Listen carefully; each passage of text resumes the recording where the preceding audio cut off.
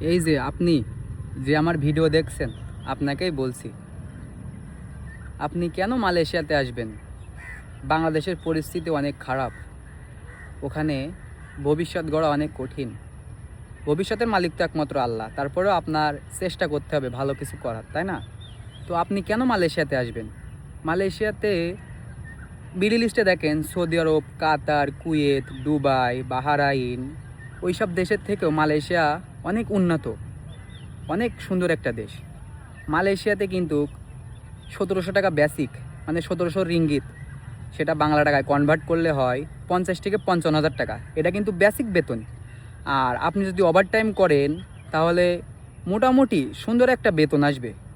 তো এখন আপনি ভেবে দেখুন, আপনি কি আপনার ভবিষ্যৎকে চেঞ্জ করার জন্য মালয়েশিয়াতে আসবেন কি আসবেন না? অবশ্যই মালয়েশিয়াতে আসতে হলে বৈধ উপায়ে আসবেন।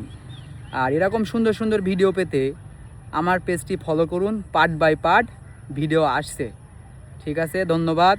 আল্লাহ আপনাদের সবাইকে ভালো রাখুক। আল্লাহ হাফেজ।